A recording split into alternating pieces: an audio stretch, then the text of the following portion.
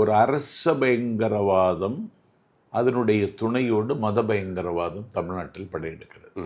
இதை தாக்கி தகர்த்து தரைமட்டமாக்க திமுக மட்டும் போதாது.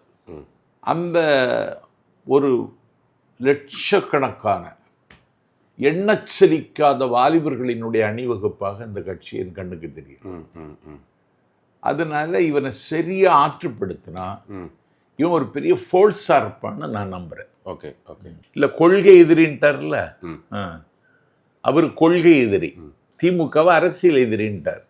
அதனால அந்த பார்வை இருக்கு. பிறப்புக்கும் எல்லா உயிர்க்கும்னு அவர் சொன்னதிலிருந்தே பரவாயில்லையே அப்படின்னு கொஞ்சம் ஒரு பெருமிதம் வந்தது. ஓகே. அடுத்தது தமிழர்களினுடைய படையில் ஒன்று யானைப்படை, அது சேர நாட்டுக்குரியது யானை, அதை கொடியில் வச்சிட்டார். ஓகே.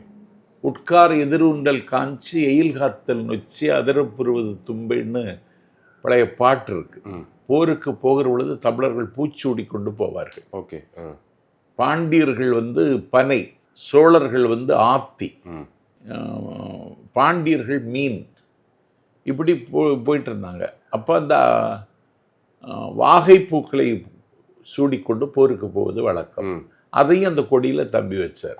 பிறகு எனக்கு ரொம்ப மகிழ்ச்சி, பெரியாருக்கு காவிச்சாயம் பூசுகிறான், பெரியாரின் சிலையை கல் உடைக்கிறான், பெரியாரை தத்துவ ரீதியாகவும் எதிர்க்க ஆரம்பிச்சிட்டான். பெரியார் இன்றைக்கு உலகமயமாகி வருகிறார். மதிப்பிற்குரிய ஆசிரியர் ஆஸ்திரேலியாவில் போய் பேசுகிறார் 92 வயசில், ஜப்பானில் போய் பேசுகிறார், சிங்கப்பூரில் போய் பேசுகிறார். சர்வதேச பல்கலைக்கழகங்களில் பெரியாருக்கு சேர் போட்டுட்டாங்க. ஆனால் தமிழ்நாட்டில் பெரியாரை பற்றி பேசுவதற்கு திராவிடர் கழகம் இருக்கிறது, திமுக இருக்கிறது. அதை தீவிரமாக சொல்வதற்கு யாரும் முன்வரல. ஆனால் என்னுடைய கொள்கை தலைவர்னு பெரியாரை முன்னிறுத்தினார் தம்பி விஜய். பெரியார் பிறந்த நாள் அன்றைக்கு அப்புறம் திடலுக்கே போனார்.